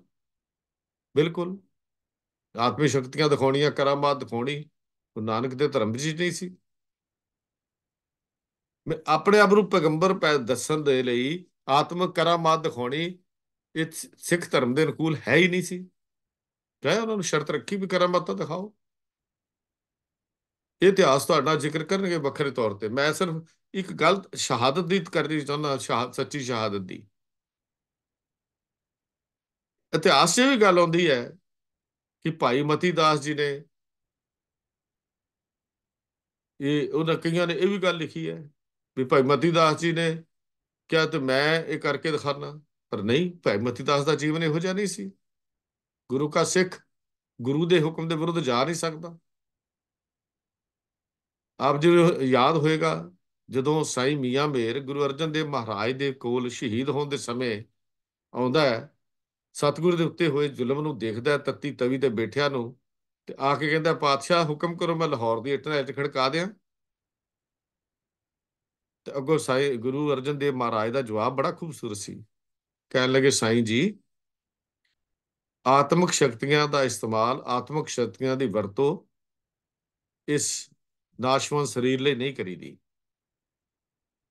ਇਹ ਸਰੀਰ ਨਾਸ਼ਵਾਨ ਹੈ, ਆਤਮਿਕ ਸ਼ਕਤੀਆਂ ਦੀ ਵਰਤੋਂ ਇਹਦੇ ਲਈ ਨਹੀਂ ਕਰੀਦੀ। ਗੁਰੂ ਅਰਜਨ ਦੇਵ ਮਹਾਰਾਜ ਦੀ ਤੇ ਉਹੀ ਗੱਲ ਗੁਰੂ ਕੇ ਸਿੱਖਾਂ ਨੇ ਦ੍ਰਿੜ ਕੀਤੀ ਹੋਈ ਸੀ। ਭਾਵੇਂ ਭਾਈ ਮਤੀ ਦਾਸ ਜੀ, ਇਤਿਹਾਸਕਾਰਾਂ ਨੇ ਲਿਖਿਆ ਵੀ ਦਿੱਲੀ ਦੇ ਵਿੱਚ ਜੇਲ੍ਹ ਦੇ ਵਿੱਚ ਭਾਈ ਮਤੀ ਦਾਸ ਜੀ ਨੇ ਗੁਰੂ ਸਾਹਿਬ ਦੇ ਅੱਗੇ ਇਹ ਅਰਜ਼ ਬੇਨਤੀ ਕਰਤੀ, ਗੁਰੂ ਸਾਹਿਬ ਜੀ ਤੁਸੀਂ ਮੈਨੂੰ ਕਹੋ, ਮੈਂ ਕਰਾਮਾਤ ਦਿਖਾ ਦਿੰਦਾ। ਮੈਂ ਇਤਿਹਾਸ ਦੇ ਵਿੱਚ ਮਿਲਾਵਟ ਹੋ ਸਕਦੀ ਹੈ, ਪਰ ਗੁਰੂ ਕੇ ਸਿੱਖ ਇਹੋ ਜਿਹੀ ਗੱਲਾਂ ਨਹੀਂ ਕਰਦਾ ਜਿਹਨੇ ਸਿੱਖੀ ਕਮਾਈ ਹੋਈ ਹੈ। ਸਤਿਗੁਰ ਜੀ ਦਾ ਗੱਲ ਭਾਣਾ ਮੰਨਣ ਦਾ ਹੈ, ਉਹ ਜੇ ਹੁਕਮ ਰਜਾਈ ਚੱਲਣ ਦੀ ਇਜਾਜ਼ਤ ਹੈ। ਇੱਥੇ ਤਾਂ ਹੁਕਮ ਰਜਾਈ ਚੱਲਣ ਦੀ ਗੱਲ ਕੀਤੀ ਗਈ ਹੈ। ਇਸ ਧਰਮ ਦੇ ਵਿੱਚ ਇਹ ਗੱਲ ਸਮਝਾਈ ਗਈ ਹੈ ਵੀ ਆਪਣੇ ਆਪ ਦਾ ਦਿਖਾਵਾ ਨਹੀਂ ਕਰਨਾ। ਕਰਾਮਾਤ ਦਿਖਾਉਣ ਦਾ ਮਤਲਬ ਕੀ ਸੀ? ਕਿ ਆਪਣੇ ਆਪ ਨੂੰ ਉੱਚਾ ਦੱਸਣਾ। ਲੋਕ ਕਰਾਮਾਤੀਏ ਦਾ ਅੱਗੇ ਦੁਆ ਮੰਨ ਲੈਣ, ਉਹਦੇ ਅਧੀਨ ਹੋ ਕੇ ਚੱਲਣ। ਕਿਉਂ ਦਿਖਾਉਂਦੇ ਸੀ ਕਰਾਮਾਤਾਂ? ਆਪਣਾ ਦਬਦਬਾ ਬਣਾਉਣ ਦੇ ਲਈ। ਤੇ ਉਸ ਦਬਦਬੇ ਦੀ ਆੜ ਦੇ ਥੱਲੇ ਲੋਕਾਂ ਦਾ ਹੱਕ ਮਾਰਨ ਦੇ ਲਈ ਇਹ ਕਰਾਮਾਤੀਆਂ ਦਿਖਾਈਆਂ ਜਾਂਦੀਆਂ ਸਨ। ਉਹਨਾਂ ਦਾ ਖਾਣਾ, ਉਹਨਾਂ ਕੋਲ ਲੈਣਾ, ਇਹ ਕਰਾਮਾਤਾਂ ਦਿਖਾਈਆਂ ਜਾਂਦੀਆਂ ਸਨ। ਆਪਣੇ ਨਾਲੋਂ ਵੱਡਾ ਜਾਣ ਕੇ ਉਸ ਕਰਾਮਾਤ ਦਿਖਾਉਣ ਵਾਲੇ ਤੋਂ ਲੋਕੀ ਡਰਨ। ਇਹ ਕਰਾਮਾਤ ਤਾਂ ਦਿਖਾਈ ਜਾਂਦੀ ਸੀ। ਪਰ ਗੁਰੂ ਤੇਗ ਬਹਾਦਰ ਸਾਹਿਬ ਮਹਾਰਾਜ ਦੀ ਬਾਣੀ ਨੇ, ਜਿਨ੍ਹਾਂ ਨੇ ਇਹ ਗੱਲ ਕਿਹਾ ਹੋਵੇ, ਭੈ ਕਾਹੂ ਕੋ ਦੇਤ ਨਾ ਨਹਿ ਪੈ ਮਾਨਤ ਆਨ, ਉੱਥੇ ਕਰਾਮਾਤ ਦੀ ਗੱਲ ਕਿੱਥੋਂ ਆਈ ਸੀ? ਉੱਥੇ ਤਾਂ ਨਾ ਕਿਸੇ ਕੋ ਡਰਨਾ, ਨਾ ਕਿਸੇ ਨੂੰ ਡਰਾਉਣਾ, ਨਾ ਕਿਸੇ ਦੇ ਅਧੀਨ ਹੋ ਕੇ ਚੱਲਣਾ, ਨਾ ਕਿਸੇ ਦੀ ਗੁਲਾਮੀ ਨੂੰ ਸਵੀਕਾਰ ਕਰਨਾ। ਇਤਿਹਾਸ ਦਾ ਇੱਕ ਹੋਰ ਘਟਨਾ ਤੁਹਾਡੇ ਨਾਲ ਸਾਂਝੀ ਕਰਦੇ ਹਾਂ। ਗੁਰੂ ਨਾਨਕ ਦੇਵ ਮਹਾਰਾਜ ਸੱਚੇ ਪਾਤਸ਼ਾਹ ਜਦੋਂ ਦੂਜੀ ਉਦਾਸੀ ਦੇ ਵੇਲੇ ਸਮੇਰ ਪਰਬਤ ਵਾਲੇ ਪਾਸੇ ਜਾਂਦੇ ਹੋਏ ਸਿਆਲਕੋਟ ਪਹੁੰਚਦੇ ਨੇ, ਉੱਥੇ ਇਹਦਾ ਇੱਕ ਪ੍ਰਸਿੱਧ ਸੂਫੀ ਮੁਸਲਮਾਨ ਪੀਰ ਹਮਜ਼ਾ ਗੌਸ ਸੀ। ਪੀਰ ਹਮਜ਼ਾ ਗੌਸ, ਇਹਨੇ ਆਪਣੀ ਬੜੀ ਪ੍ਰਸਿੱਧੀ ਜੀ ਹਾਸਲ ਕੀਤੀ ਹੋਈ ਸੀ। ਮਾਨਸਿਕ ਤਾਕਤਾਂ ਵਰਤ ਕੇ ਸ਼ਹਿਰ ਦੇ ਜਿਹੜੇ ਨਿਵਾਸੀ ਸੀ ਉਹਨਾਂ ਨੂੰ ਇਹ ਤੰਗ ਵੀ ਕਰਦਾ ਸੀ, ਦੁੱਖ ਵੀ ਦਿੰਦਾ ਸੀ, ਦੁੱਖ ਦੇਣਾ ਵੀ ਚਾਹੁੰਦਾ ਸੀ। ਹੁਣ ਪੀਰ ਹਮਜ਼ਾ ਗੌਸ 40 ਦਿਨ ਦਾ ਚਿਲਿਆ ਕੱਟਦਾ। ਪੀਰ ਹਮਜ਼ਾ ਗੌਸ ਦੀ ਗੱਲ ਕਰਨ ਲੱਗਾ। ਢੋਲ ਵੱਜਦਾ। ਜਦੋਂ ਸਤਿਗੁਰੂ ਉੱਥੇ ਪਹੁੰਚਦੇ ਨੇ, ਦੇਖਿਆ ਵੀ ਢੋਲ ਵੱਜ ਰਿਹਾ, ਤੇ ਸਤਿਗੁਰੂ ਨੇ ਸਵਾਲ ਕੀਤਾ, ਇਹ ਢੋਲ ਕਿਉਂ ਵਜਾ ਰਹੇ ਹੋ?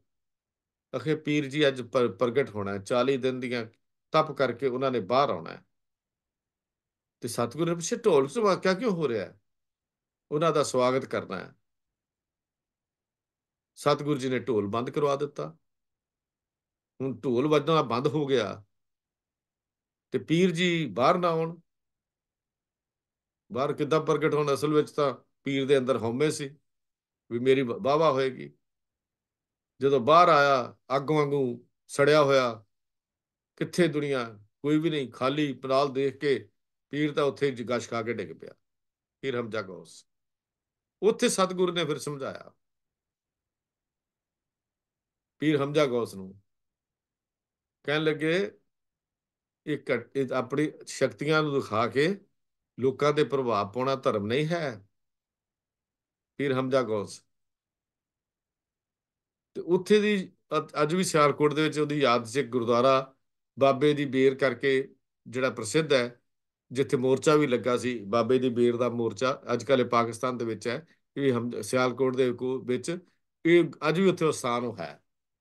ਜਿਹੜੇ ਗਏ ਨੇ ਪਾਕਿਸਤਾਨ ਉਹਨਾਂ ਨੂੰ ਪਤਾ, ਮੈਂ ਤਾਂ ਅਜੇ ਤੱਕ ਦਰਸ਼ਨ ਨਹੀਂ ਕੀਤੇ, ਲੇਕਿਨ ਇਤਿਹਾਸਿਕ ਸਰੋਤਾਂ ਦੇ ਮੁਤਾਬਕ ਉੱਥੇ ਗੁਰਦੁਆਰਾ ਬਾਬੇ ਕੀ ਬੇਰ ਜਿਹੜਾ ਹੈ ਉਹ ਬਣਿਆ ਹੋਇਆ।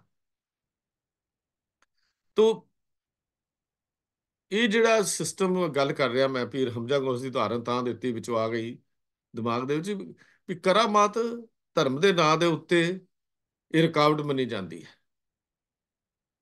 ਗੁਰੂ ਤੇਗ ਬਹਾਦਰ ਸਾਹਿਬ ਮਹਾਰਾਜ ਨੂੰ ਜਦੋਂ ਇਹਨਾਂ ਨੇ ਇਹ ਕਿਹਾ ਗਿਆ ਵੀ ਤੁਸੀਂ ਕਰਾਮਾਤ ਦਿਖਾਣੀ ਹੈ। ਕਰਾਮਾਤ ਹੈ ਕੀ ਚੀਜ਼? ਉਹ ਕੰਮ ਜਿਹੜੇ ਆਮ ਲੋਕੀ ਨਹੀਂ ਕਰ ਸਕਦੇ।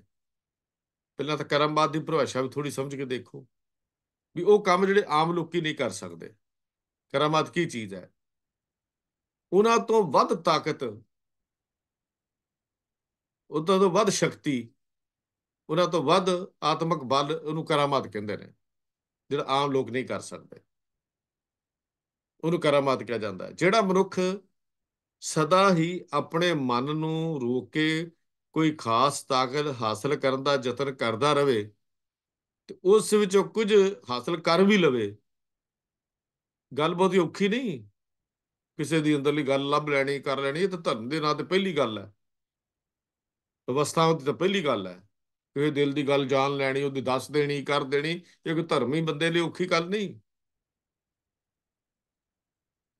ਪਰ ਔਖਾ ਕੰਮ ਇਹ ਹੈ ਕਿ ਤਾਕਤ ਨੂੰ ਜੇ ਆ ਵੀ ਜਾਵੇ ਤਾਂ ਮਾਨ ਹੁੰਦੇ ਹੋਏ ਨਿਮਾਣਾ ਦੀ ਗੱਲ ਕਿੱਦਾਂ ਕਰਨੀ ਹੈ, ਤਾਨ ਹੁੰਦੇ ਹੋਏ ਨਿਤਾਣਾ ਕਿਵੇਂ ਬਣ ਕੇ ਰਹਿਣਾ।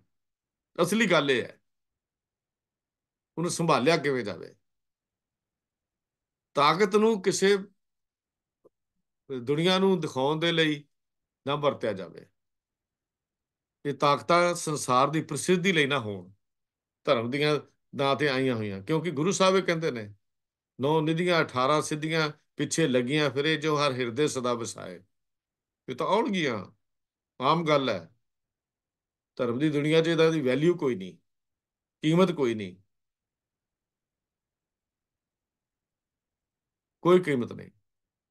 ਤੇ ਜਦੋਂ ਕਸ਼ਮੀਰ ਦੇ ਪੰਡਿਤ ਅਨੰਦਪੁਰ ਸਾਹਿਬ ਗੁਰੂ ਤੇਗ ਬਹਾਦਰ ਸਾਹਿਬ ਦੇ ਪਾਸ ਆਉਂਦੇ ਨੇ ਜਾਂ ਕੋਲ ਆਉਂਦੇ ਨੇ, ਤੇ ਸਤਿਗੁਰੂ ਜੀ ਨੇ ਉਹਨਾਂ ਨੂੰ ਇਹ ਹੀ ਉੱਤਰ ਦਿੱਤਾ ਕਿ ਜ਼ੁਲਮ ਤਦੋਂ ਹੀ ਦੂਰ ਹੋ ਸਕਦਾ ਹੈ ਜਦੋਂ ਕੋਈ ਕੁਰਬਾਨੀ ਦੇਵੇਗਾ, ਧਰਮੀ ਪੁਰਸ਼ ਕੁਰਬਾਨੀ ਦੇਵੇ। ਹੁਣ ਇੱਕ ਸਵਾਲ ਹੋਰ ਵੀ ਉੱਠਦਾ ਹੈ, ਸਾਡੇ ਮਨਾਂ ਦੇ ਵਿੱਚ ਆ ਜਾਂਦਾ ਕਈ ਵਾਰੀ, ਵੀ ਇਕੱਲੇ ਇੱਕ ਮਹਾਪੁਰਖ ਦੇ ਕੁਰਬਾਨੀ ਦੇਣ ਦੇ ਨਾਲ ਇਹ ਜ਼ੁਲਮ ਕਿਵੇਂ ਦੂਰ ਹੋ ਸਕਦਾ ਸੀ? ਹੁਣ ਇੱਕ ਸਵਾਲ ਹੋਰ ਪੈਦਾ ਹੋ ਜਾਂਦਾ ਹੈ। ਅਸਲ ਗੱਲ ਹੋਰ ਹੈ। ਅਸਲ ਗੱਲ ਇਹ ਹੈ ਕਿ ਲੋਕ ਅਨੇਕਾਂ ਦੀ ਗਿਣਤੀ ਵਿੱਚ ਵੀ ਭਾਵੇਂ ਕਿਸੇ ਜ਼ੁਲਮ ਦੇ ਹੇਠ ਮਰਦੇ ਰਹਿਣ, ਪਰ ਉਹ ਨਿਡਰ ਅਤੇ ਨਿਰਵੈਰ ਹੋ ਕੇ ਉਹ ਜ਼ੁਲਮ ਨੂੰ ਨਹੀਂ ਸਹਾਰਦੇ। ਕਹਾਣੀ ਸਾਰੀ ਇਹ ਸੀ, ਮਰਨ ਭਾਵੇਂ ਮਰਦੇ ਰਹਿਣ, ਕਿੰਨੇ ਮਰਦੇ ਨੇ, ਪਰ ਅੰਦਰ ਨਿਡਰਤਾ ਤੇ ਨਿਰਵੈਰਤਾ ਦਾ ਗੁਣ ਹੈ ਨਹੀਂ ਸੀ। ਮਾੜਾ ਮਨੁੱਖ ਇੱਕ ਤਾਂ ਗਾਲਾਂ ਦੇ ਗਾਲਾਂ ਗੁਲਾਂ ਕੱਢ ਕੇ ਆਪਣਾ ਜ਼ੋਰ ਲਾ ਲੈਂਦਾ। ਜ਼ਾਲਮ ਜਦੋਂ ਜਦੋਂ ਇਹਨਾਂ ਦੇ ਨਾਲ ਹੋਰ ਅੱਗੋਂ ਔਖਾ ਹੁੰਦਾ ਹੈ, ਜਦੋਂ ਉਹਦੇ ਅੱਗੇ ਬੋਲਿਆ ਜਾਂਦਾ ਹੈ। ਤੇ ਦੂਜੇ ਜਿਹੜਾ ਮਾੜਾ ਮਨੁੱਖ ਹੈ ਉਹ ਨਿਡਰ ਹੋ ਕੇ ਜ਼ਾਲਮ ਨੂੰ ਉਸਦੇ ਜ਼ੁਲਮ ਦੀ ਸੱਚੀ ਦਸ਼ਾ ਕਦੀ ਪ੍ਰਗਟ ਨਹੀਂ ਕਰ ਸਕਦਾ। ਕਦੀ ਨਹੀਂ ਉਹਦੇ ਅੱਗੇ ਬੋਲ ਕੇ ਕਹਿੰਦਾ ਤੂੰ ਜ਼ੁਲਮ ਕੀਤਾ, ਕਦੀ ਕਹਿੰਦਾ ਨਹੀਂ। ਪਰ ਜਿਹਦੇ ਅੰਦਰ ਭਗਤੀ ਦਾ ਗੁਣ ਆ ਜਾਂਦਾ ਹੈ, ਜਿਹਦੇ ਅੰਦਰ ਧਰਮ ਦਾ ਆ ਕੇ ਵਸ ਜਾਂਦੇ, ਅੰਸ਼ ਵਸਦੇ ਨੇ, ਉਹ ਨਿਡਰ ਹੋ ਕੇ ਸੱਚ ਬੋਲਦੇ ਹਨ।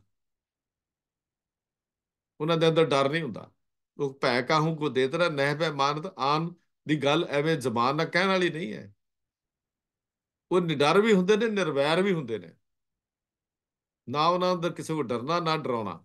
ਉਹਨਾਂ ਦੇ ਇਹ ਸਿਧਾਂਤ ਹੁੰਦਾ ਜੀਵਨ ਦਾ, ਨਾ ਉਹ ਡਰਦੇ ਨਾ ਡਰਾਉਂਦੇ ਨੇ। ਇਸ ਤਰ੍ਹਾਂ ਜ਼ੁਲਮ ਦੇ ਕਰਨ ਵਾਲੇ ਦੇ ਅੱਗੇ, ਉਹਦੀਆਂ ਅੱਖਾਂ ਦੇ ਅੱਗੇ ਇੱਕ ਨਕਸ਼ਾ ਖਿੱਚ ਕੇ ਪੇਸ਼ ਕਰ ਦਿੰਦੇ ਹਨ, ਤੇ ਉਸ ਜ਼ਾਲਮ ਦੇ ਅੱਗੇ ਉਹ ਨਕਸ਼ਾ ਅੱਖਾਂ ਦੇ ਅੱਗੇ ਘੁੰਮਦਾ ਹੈ। ਧਰਮ ਇਹ ਸਿਖਾਉਂਦੇ ਗੱਲ। ਫਿਰ ਉਹਦੇ ਅੰਦਰ ਪਛਤਾਵੇ ਦੀ ਕਣੀ ਪੈਦਾ ਹੁੰਦੀ ਹੈ, ਜਦੋਂ ਆਪਣੇ ਜ਼ੁਲਮ ਦੀ ਅੱਗ ਦੇ ਵਿੱਚ ਉਹ ਆਪ ਸੜਦਾ ਹੈ। ਜਦੋਂ ਅੰਦਰ ਅੱਗ ਲੱਗਦੀ ਹੈ, ਮੈਂ ਕੁਝ ਕੀਤਾ। ਜਦੋਂ ਇਨਸਾਨ ਇਹ ਗੱਲਾਂ ਸੋਚਣ ਲੱਗ ਪਏ ਆਪਣੇ ਕੀਤੇ ਹੋਏ ਜ਼ੁਲਮਾਂ ਦੇ ਉੱਤੇ, ਉਹਦੇ ਅੰਦਰ ਇਹ ਵਿਚਾਰ, ਉਹਦੀ ਅੱਗ ਭੜਕਦੀ ਹੈ, ਉਹਦੇ ਸੜਦਾ ਰਹਿੰਦਾ ਹੈ। ਇਹ ਪ੍ਰਗਟ ਕਰਨਾ ਸੀ ਗੁਰੂ ਤੇਗ ਬਹਾਦਰ ਸਾਹਿਬ ਮਹਾਰਾਜ ਨੇ, ਇਹੋ ਹੀ ਪ੍ਰਗਟ ਕੀਤਾ। ਗੁਰੂ ਤੇਗ ਬਹਾਦਰ ਸਾਹਿਬ ਸੱਚੇ ਪਾਤਸ਼ਾਹ ਨੇ ਕੀ ਪ੍ਰਗਟ ਕੀਤਾ? ਤੇ ਗੁਰੂ ਗੋਬਿੰਦ ਸਿੰਘ ਮਹਾਰਾਜ ਨੇ ਉਹ ਜਫਰਨਾਮਾ ਲਿਖਣ ਤੋਂ ਭੇਜਣ ਦਾ ਕੀ ਮਤਲਬ ਸੀ? ਕੀ ਉਹਦਾ ਮਤਲਬ ਸੀ? ਵੀ ਨਿਡਰ ਹੋ ਕੇ, ਨਿਰਵੈਰ ਹੋ ਕੇ ਔਰੰਗਜ਼ੇਬ ਨੂੰ ਉਹਦੀ ਸਾਰੀ ਕਰਤੂਤ ਉਹਦੇ ਅੱਗੇ, ਸੱਚ ਉਹਦੇ ਅੱਗੇ ਸੁਣਾਉਣਾ। ਹੋਰ ਜਫਰਨਾਮਾ ਕੀ ਸੀ? ਸਤਿਗੁਰੂ, ਬੱਚੇ ਸ਼ਹੀਦ ਹੋਏ, ਮਾਤਾ ਸ਼ਹੀਦ ਹੋਈ, ਚਮਕੌਰ ਦੇ ਮੈਦਾਨ ਵਿੱਚ, ਸਰਹੰਦ ਦੀਆਂ ਕੰਧਾਂ ਵਿੱਚ, ਮਾਛੀਮੜ ਦੇ ਜੰਗਲਾਂ ਦੇ ਕੰਢਿਆਂ ਨੂੰ ਸਤਿਗੁਰੂ ਜੀ ਨੇ ਲਤਾੜਿਆ, ਜ਼ਮੀਨ ਦੇ ਉੱਤੇ ਸੁੱਤੇ, ਉੱਚ ਦਾ ਪੀਰ ਬਣ ਕੇ ਲੰਘੇ, ਤੇ ਜਾ ਕੇ ਜਫਰਨਾਮਾ ਲਿਖਦੇ ਨੇ। ਕਿਉਂ ਲਿਖਿਆ? ਬੇਲੇ ਦੇ ਬਾਦਸ਼ਾਹ ਦੇ ਅੱਗੇ ਉਹਦੀ ਸਾਰੀ ਕਰਤੂਤ ਨੂੰ ਨੰਗਾ ਕਰਨ ਲਈ, ਜਿਹਦੀ ਸੁਣ ਕੇ ਉਹ ਅੱਖਾਂ ਦੇ ਅੱਗੇ ਉਹਦੇ ਜ਼ੁਲਮ ਦੀ ਕਹਾਣੀ ਘੁੰਮਣ ਲੱਗ ਪਵੇ, ਨਕਸ਼ਾ ਵੱਜ ਜਾਏ, ਤੇ ਉਸ ਪਛਤਾਵੇ ਦੇ ਵਿੱਚ ਉਹ ਸੜ ਸੜ ਕੇ ਮਰਦਾ ਹੋਵੇ। ਤੇ ਆਪ ਜੀ ਨੂੰ ਯਾਦ ਵੀ ਹੋਏਗਾ, ਆਖਰੀ ਦਿਨਾਂ ਦੇ ਜਦੋਂ ਔਰੰਗਜ਼ੇਬ ਨੇ ਸ਼ਿਕਸ਼ਤਨਾਮਾ ਲਿਖਿਆ, ਤੇ ਸ਼ਿਕਸ਼ਤਨਾਮੇ ਚੋਂ ਲਿਖਦਾ ਹੈ ਕਿ ਮੈਂ ਸਾਰੀ ਜ਼ਿੰਦਗੀ ਵਿੱਚ ਕੁਝ ਨਹੀਂ ਖੱਟਿਆ, ਮੇਰੀ ਕਬਰ ਦੇ ਨੇੜੇ ਰੁੱਖ ਨਾ ਲਗਾਉਣਾ, ਮੇਰੇ ਵਰਗੇ ਇਸ ਮਨੁੱਖ ਦੇ ਲਾਸ਼ ਨੂੰ ਵੀ ਹੱਕ ਨਹੀਂ ਕਿ ਉਹਦੀ ਲਾਸ਼ ਵੀ ਕਿਸੇ ਦੀ ਰੁੱਖ ਦੀ ਛਾਂ ਮਾਣ ਸਕੇ। ਸਭ ਕੁਝ ਜ਼ੁਲਮ ਕਰਨ ਵਾਲਾ ਆਪਣੀ ਹਾਰ ਨੂੰ ਮੰਨ ਗਿਆ। ਸ਼ਿਕਸ਼ਤਨਾਮਾ ਲਿਖਦਾ ਹੈ ਉਹਦੇ ਵਿੱਚ। ਤੇ ਦੂਜੇ ਪਾਸੇ ਆਖਰੀ ਦਮ ਤੇ ਗੁਰੂ ਤੇਗ ਬਹਾਦਰ ਸਾਹਿਬ ਮਹਾਰਾਜ ਦੇ ਨਾ ਚਿਹਰੇ ਤੇ ਕੋਈ ਨਿਰਾਸ਼ਤਾ ਆਈ, ਨਾ ਕੋਈ ਰੰਜ ਜਾਂ ਗਿਲਾ ਆਇਆ, ਨਾ ਕੋਈ ਨਿਸ਼ਾਨੀ ਉਹਨਾਂ ਦੇ ਚਿਹਰੇ ਤੇ ਕਮਜ਼ੋਰੀ ਦੀ ਨਜ਼ਰ ਆਈ। ਉਹ ਤਾਂ ਚੱਲੇ ਹੀ ਇਸ ਵਾਸਤੇ ਸਨ ਕਿ ਮਨੁੱਖ, ਜਿਹੜਾ ਮਨੁੱਖ ਮਾਤਰ ਮਨੁੱਖ ਬਣੇ, ਨਾ ਕਿਸੇ ਕੋ ਡਰੇ ਨਾ ਡਰਾਵੇ।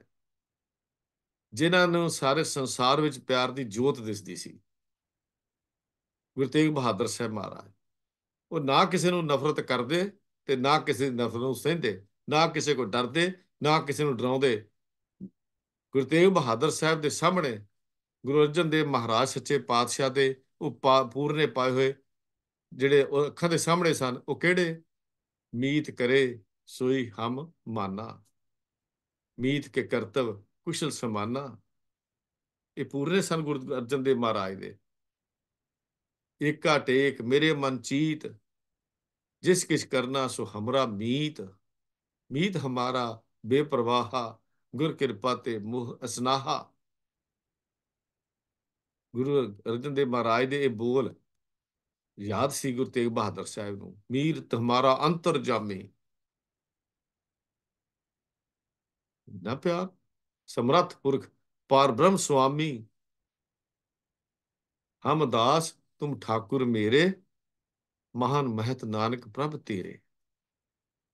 ਸਤਿਗੁਰ ਨੇ ਅਖੀਰ ਦਮ ਤੱਕ, ਆਪਣੀ ਸ਼ਹਾਦਤ ਤੱਕ ਨਫ਼ਰਤ ਦਾ ਕੋਈ ਬੋਲ ਨਹੀਂ ਬੋਲਿਆ,